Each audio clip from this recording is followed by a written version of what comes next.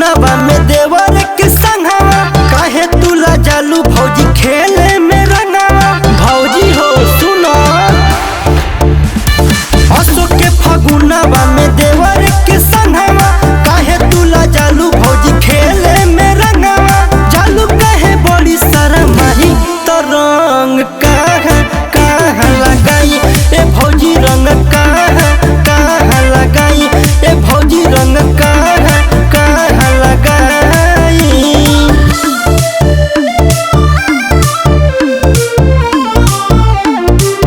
अंकित शर्मा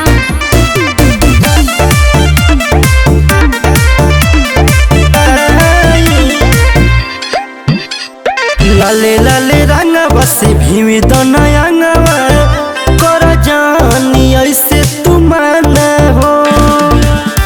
भर के पीछे करिया से डाले तो भितरिया ढेर जानी बन सयाना हो।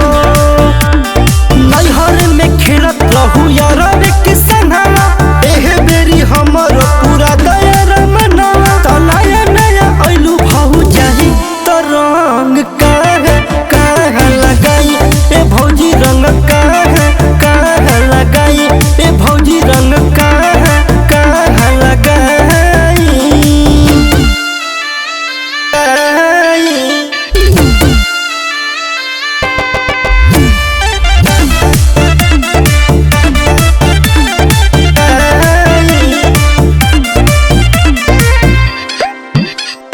होलिया के रंग में होई के उमंग में प्यार से तू गाल मलवा हो। हंसी के हंसा के प्यारी जता के चोलिया में रंग डलवा हो। कर बुझे चोन्हाया बचे नहीं पैबू देवर सवनवा के रंग में लेटैबू।